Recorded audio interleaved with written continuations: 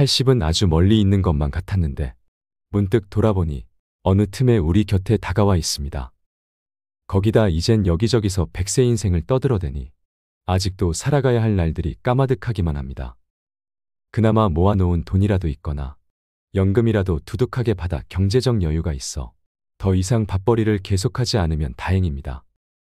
아직도 학교 다니는 자식, 학교는 졸업했는데 취직 못하고 있는 자식이라도 있으면 그저 막막하기만 합니다.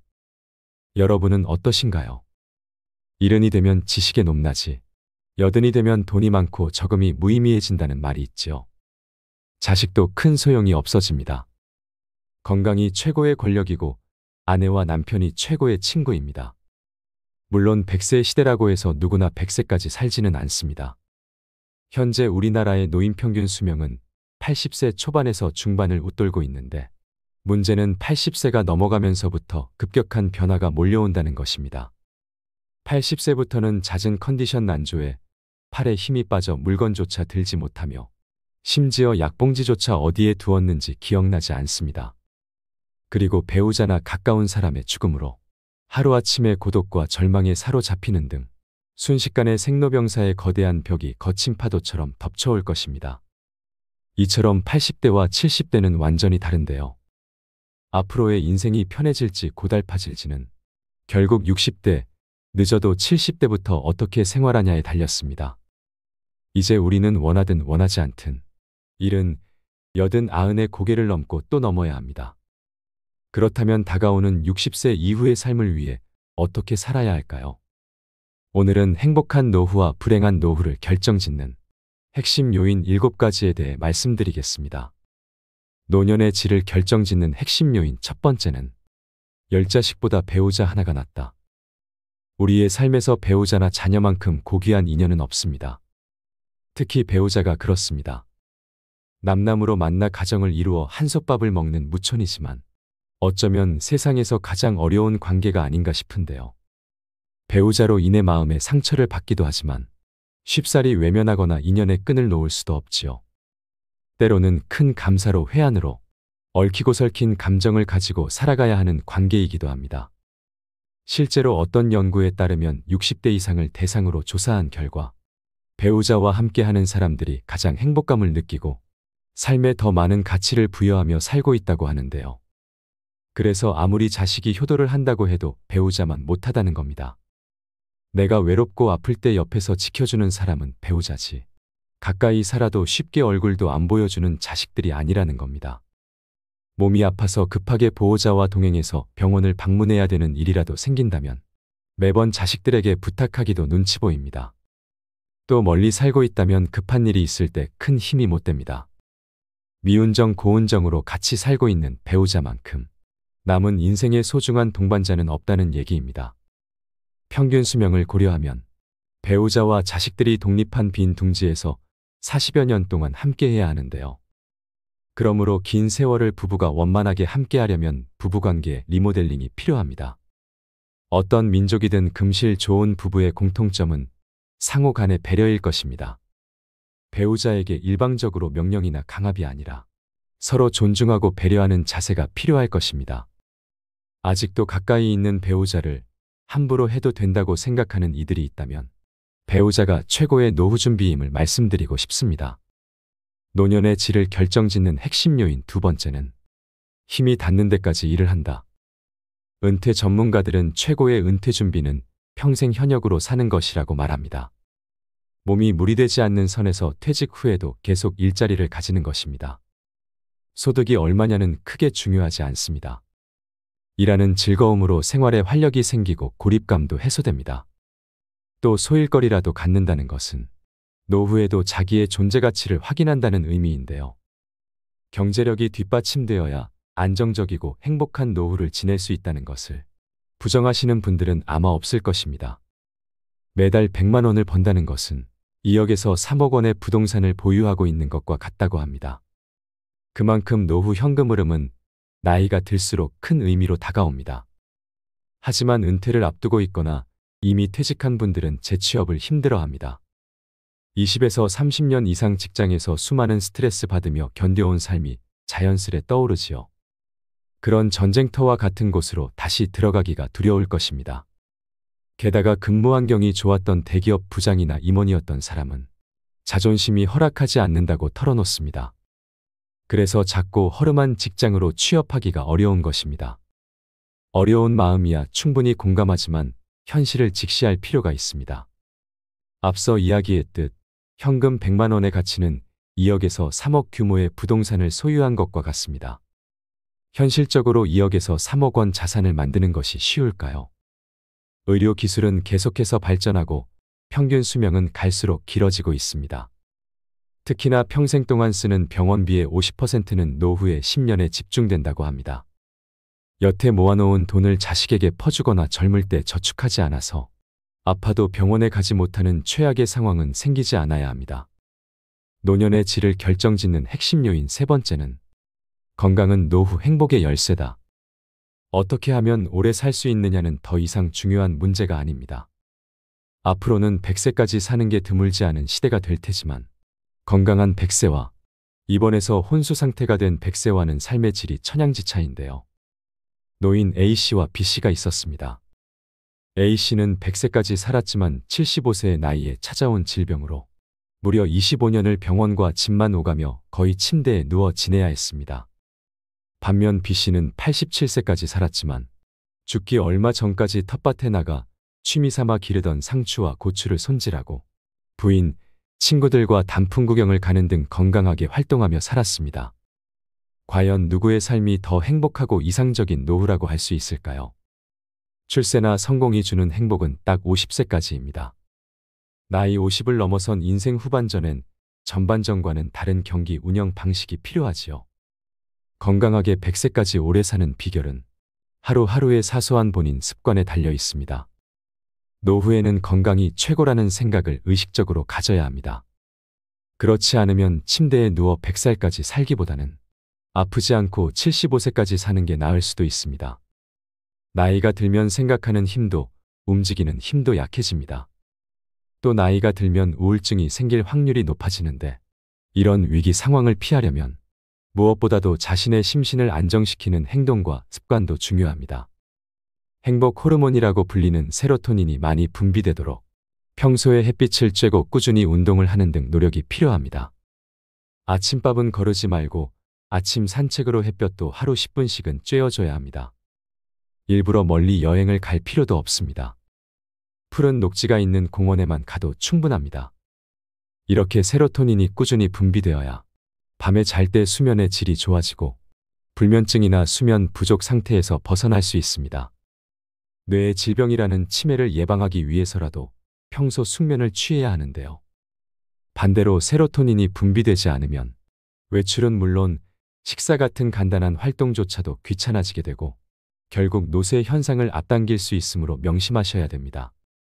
노년의 질을 결정짓는 핵심 요인 네 번째는 낭비하지 않고 저축하는 습관을 들이자. 대다수의 은퇴 후 가장 큰 고민은 경제적인 어려움입니다. 젊어서 노후 준비를 해놓지 않으면 비참한 노후를 맞이하게 되는 것은 시간 문제인데요. 돈을 벌 수 있을 때 버는 것도 중요하지만 돈을 관리하는 것은 더 중요합니다. 많이 벌어도 한순간에 사라질 수 있는 게 바로 돈입니다. 직장에 다닐 때는 고정 수입이 있었지만 은퇴 후에는 고정 수입이 없음에도 지출은 쉽게 줄지 않으며 오히려 늘어나게 됩니다. 자녀 결혼, 사업 비용이라든지 나이가 들어감에 따라 늘어나는 병원비 같은 것이 그렇습니다. 퇴직 후 소득이 없어지면 그동안 자산이나 예금을 사용해 생활비에 보태야 되는데 집을 담보로 주택연금을 받았어야 했을 수도 있습니다. 문제는 퇴직 후 자산이 점점 줄어들면서 불안해지고 자식에게 집이라도 남겨야 한다는 미련 때문에 주택연금에 가입하기 꺼려진다는 점입니다. 그러나 재산을 모두 사용하고 빈털터리로 죽기로 마음먹는다면 살아있는 동안 적절한 재산을 누릴 수 있습니다. 자산을 남겨주고 물려주는 것보다 남은 노후의 삶을 행복하게 보내기 위해 어떻게 활용할지 생각해야 합니다. 내가 이제는 늙었다고 자식한테 재산을 물려주는 순간 자식을 잃고 자식들에게 모든 것을 쏟아부어 나 자신의 생활이 없어지게 됩니다. 즉 내 인생도 잃습니다. 곶감 빼먹듯이 조금씩 재산이 줄어 노년이 비참해질 수 있습니다. 당연히 부모의 재산을 자식에게 물려준다는 생각을 버려야 합니다. 부모들은 자식을 위한 희생보다 자신의 노후와 행복을 위한 준비를 하셔야 합니다. 자식들은 본인 가정 꾸리고 나면 절대 부모의 인생을 책임져 주지 않습니다. 몇 살까지 살지 모르는데 죽기 전에 재산을 다 써버리면 어떻게 하냐, 이렇게 반문할 수도 있습니다. 하지만 이것은 재산을 낭비하는 것이 아니라 최대한 잘 활용하는 방법을 고민하는 것입니다. 내가 가진 범위 내에서 남과 비교하지 않고 욕심을 버리고 검소하게 생활한다면 대부분의 경우 죽을 때까지는 먹고 살 수 있을 것입니다. 노년의 질을 결정짓는 핵심 요인 5번째는 남과 비교하지 말자. 다른 사람과의 비교는 불행으로 가는 고속도로와 같습니다. 특히 퇴직을 앞두고 있는 때 남과 비교하는 것은 전혀 도움이 되지 않습니다. 우리나라는 과시문화가 있습니다. 남들이 타는 좋은 차, 좋은 집과 비교하게 되고 자신이 사는 형편을 이웃 친인척들과도 비교하게 됩니다. 그렇게 경제적으로 부담스러워지면 자연스럽게 모임이나 친구들을 만나는 것도 줄이거나 안 하게 되면서 외로움이 따라옵니다. 돈 없는 부모는 자식도 멀리하는 경우가 많습니다. 동창생 누구는 어디에 20억짜리 집이 있는데 난 뭐하고 살았나. 죽을 때까지 넉넉한 연금이 나오는 공무원을 했어야 하는데 쥐꼬리만한 연금으로 난 어떻게 사나. 이런 식의 후회를 하다 보면 자신이 무능하게 느껴지고 사회 시스템이 불만스럽게 여겨집니다. 더 나쁜 것은 이제라도 만회해보겠다며 무리하게 투자하거나 사업을 벌이는 것인데요. 아무리 수명이 연장됐다 해도 60대는 인생이 꺾이는 나이입니다. 계절로 치면 씨 뿌리고 키우는 때가 아니라 걷어들이는 시기입니다. 물론 60대에도 새로운 일에 도전하고 모험도 할 수 있습니다. 하지만 실패할 경우 만회할 시간이 충분치 않을 수 있다는 점, 체력이 떨어지고 있다는 점을 감안하셔야 됩니다. 돈이든 체력이든 가정이든 지킬 수 있는 범위 내에서 도전과 모험의 범위를 국한시키는 것이 현명하고 남과 비교하지 않고 자신의 현재 모습에 감사하는 것이 지혜롭습니다. 노년의 질을 결정짓는 핵심 요인 6번째는 참지도 말고 무리하지도 말자. 80세가 넘어 사망한 사람을 부검하면 대부분 몸에서는 암이, 뇌에서는 알츠하이머 병변이 발견된다고 합니다. 하지만 생전에 이러한 사실을 몰랐던 사람도 적지 않습니다. 나이가 들면 몸에 여러 개의 병의 씨앗을 지니고 살아갈 수밖에 없습니다. 병의 씨앗이 언제 싹을 틔울지는 아무도 알 수 없는데요. 오늘은 건강하다가도 노년에는 당장 내일 환자가 되기도 하고 눈을 뜨지 못할 수도 있습니다. 그렇기 때문에 80세가 넘으면 현실을 그대로 받아들이고 내일 당장 생이 끝난다 해도 후회가 남지 않는 시간을 보내시는 것이 가장 중요한데요. 80 이후 참거나 무리하지 않기는 후회 없는 노후를 만드는 가장 중요한 방법입니다. 건강을 위한다는 명분으로 나이가 들어서도 먹고 싶은 음식을 참는 사람이 많습니다. 소식하고 달고 짠 음식을 피하고 기름진 음식을 자제하고 비만은 건강을 해친다는 사고가 사람의 상식이 되었는데요. 이런 얘기는 60대까지는 건강을 해치는 원인이 되기도 하지만 80세를 앞두고 있다면 이러한 생각은 일단 접어두셔야 합니다. 고령자는 장기 기능의 저하로 식욕이 증가하는 경우가 있을 수도 있고 먹고 싶다는 욕구는 몸이 필요하다는 것이니 입에 당기는 음식은 마음껏 드셔야 됩니다. 체중 관리한다고 굶거나 식단 관리하지 마세요. 살이 좀 찐 사람이 오히려 더 오래 산다는 통계도 있습니다. 먹고 싶은 음식을 참으며 체중 조절하기는 스스로 수명을 깎는 행위입니다. 채식이 좋다고 매일 풀만 드시지 마시고요. 나이 들수록 단백질 섭취가 가장 중요하기 때문에 고기를 많이 드셔야 합니다. 또 80대를 목전에 두고 운동을 열심히 하는 것도 아무런 도움이 되지 않습니다. 오히려 무리해서 운동하다 체내에 활성산소가 만들어지게 되면 노화를 촉진할 수도 있는데요. 80세 이후에는 집 근처에서 30분 정도의 가벼운 산책 정도면 충분합니다. 그럼 여기서 술이나 담배는요? 라는 질문이 되돌아올 수 있습니다. 술도 드시고 싶으시다면 몸에 주는 부담을 생각해서 저녁 반주를 즐기는 정도가 현명합니다. 지나친 음주로 몸을 제대로 가누지 못해 넘어지면 낙상으로 골절되어 한순간에 늙어버리는 비극도 적지 않기 때문입니다. 또 의외라고 생각할지 모르지만 담배의 폐해는 나이가 들수록 줄어드는데요.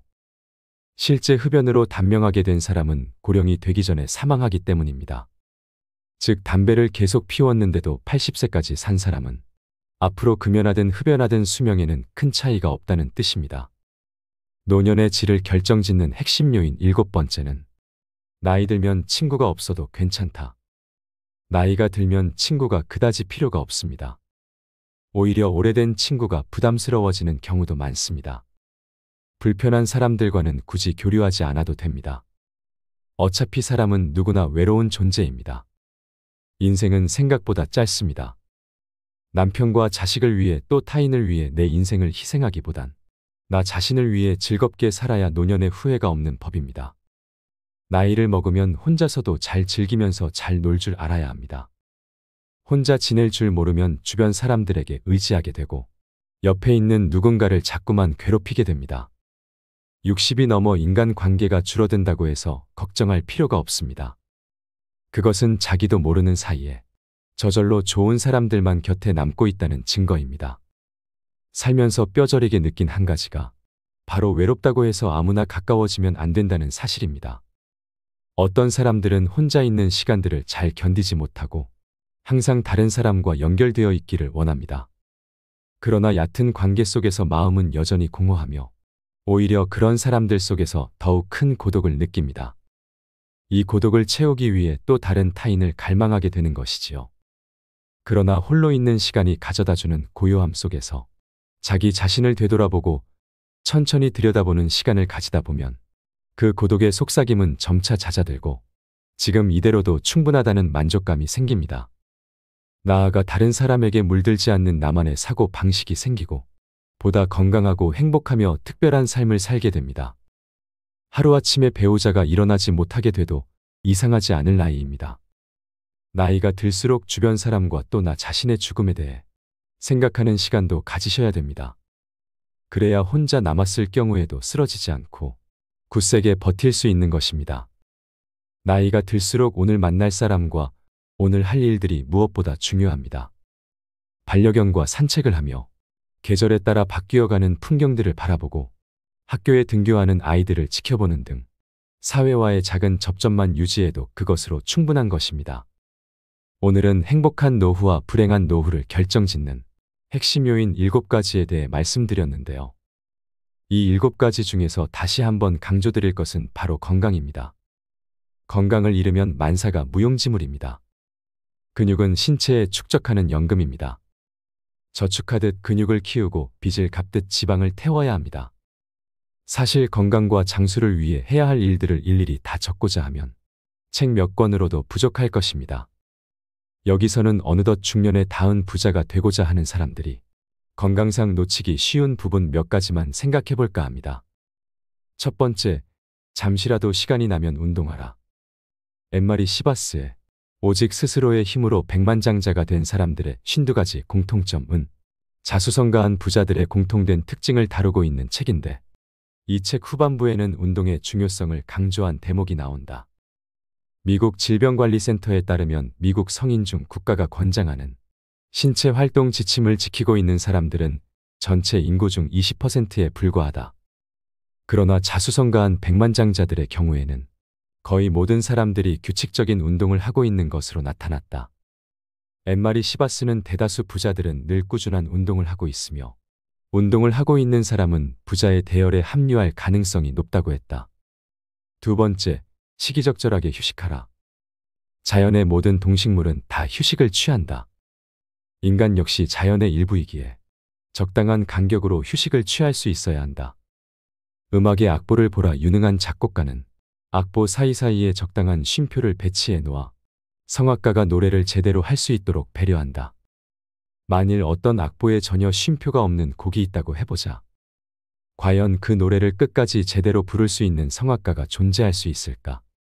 중간에 숨이 막혀 노래를 부르다 쓰러지고 말 것이다.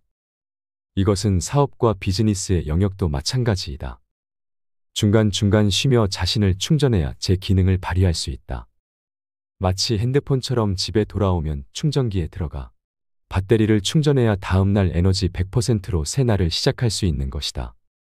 세 번째, 식사를 집에서 손수 만들어 먹어라. 여러분들은 식사를 어떻게 해결하고 있는가? 밥은 때 맞춰 빠짐없이 챙겨 먹고 다니고 있는가? 돈 버는데 바빠서 집에서는 햇반이나 라면, 냉동 가정식으로 해결하고 나머지는 다 외식이나 배달식으로 해결하고 있는 것은 아닌가? 아침은 kum식, 점심은 김밥, 저녁은 양념치킨에 사이사이 커피와 베이글과 브라우니를 간식으로 드시고 있는 것은 아닌가? 하지만 평생 건강하기 원한다면 직접 식사를 집에서 손수 만들어 먹어라. 건강 관련 책들을 부지런히 찾아 읽어보면서 결국 건강을 위해 가장 중요한 것은 평소 입으로 들어가는 것이 무엇인가가 가장 중요하다는 것을 알게 되었다. 네 번째, 자연을 가까이 할 수 있는 취미 생활을 하라. 최근 본격 자연 친화 예능 다큐 MBN의 나는 자연인이다와 채널A 도시어부가 큰 인기를 끌고 있다. 두 프로그램은 수없이 많은 작품이 생겼다 없어졌다를 반복하는 예능 분야에서 참으로 오랜 기간 시청자들에게 사랑을 받아온 명품 예능이다. 이 두 프로그램이 오랫동안 사랑받을 수 있었던 것은 현대인의 자연에 대한 그리움과 무엇보다 대자연 속 삶에 대한 대리 체험 기회를 주기 때문일 것이다. 오늘의 영상 어떠셨나요? 100세까지 건강하게 오래 살려면 의욕 호르몬이라는 도파민의 힘을 깨워야 합니다. 현역 시절엔 출세나 성공 등으로 도파민이 펑펑 쏟아져 나오지요. 하지만 노후에는 그 힘이 잠잠해집니다. 작은 성취를 해내야 행복감이 지속적으로 커지고 무기력에서 벗어나 의욕이 생깁니다. 가령 산책만 해도 어제보다 오늘 생각보다 더 오래 걸었다고 하면 성취감을 느끼게 되지요. 배움이나 성장을 실감하면서 삶의 활력을 조금이라도 되찾으셔야 합니다. 그것이 건강한 100세의 비결입니다. 마지막으로 100세 인생이란 노래 가사를 읽어드리면서 오늘의 영상 마무리하겠습니다. 60세에 저 세상에서 날 데리러 오거든. 아직은 젊어서 못 간다고 전해라. 70세에 저 세상에서 날 데리러 오거든. 할 일이 아직 남아 못 간다고 전해라. 80세에 저 세상에서 날 데리러 오거든. 아직은 쓸만해서 못 간다고 전해라. 90세에 저 세상에서 날 데리러 오거든. 알아서 갈 테니 재촉말라 전해라. 100세에 저 세상에서 날 데리러 오거든. 좋은 날 좋은 시에 간다고 전해라. 아리랑 아리랑 아라리요. 아리랑 고개를 또 넘어간다. 80세에 저 세상에서 또 데리러 오거든. 자존심 상해서 못 간다고 전해라. 90세에 저 세상에서 또 데리러 오거든. 알아서 갈 테니 또 왔냐고 전해라. 100세에 저 세상에서 또 데리러 오거든. 극락왕생 할 날을 찾고 있다 전해라. 150에 저 세상에서 또 데리러 오거든. 나는 이미 극락세계 와 있다고 전해라. 아리랑 아리랑 아라리요. 우리 모두 건강하게 살아가요. 오늘도 노후의 지혜와 함께 해주셔서 감사드립니다. 황금빛으로 무르익어가는 여러분의 지혜로운 인생을 언제나 응원합니다.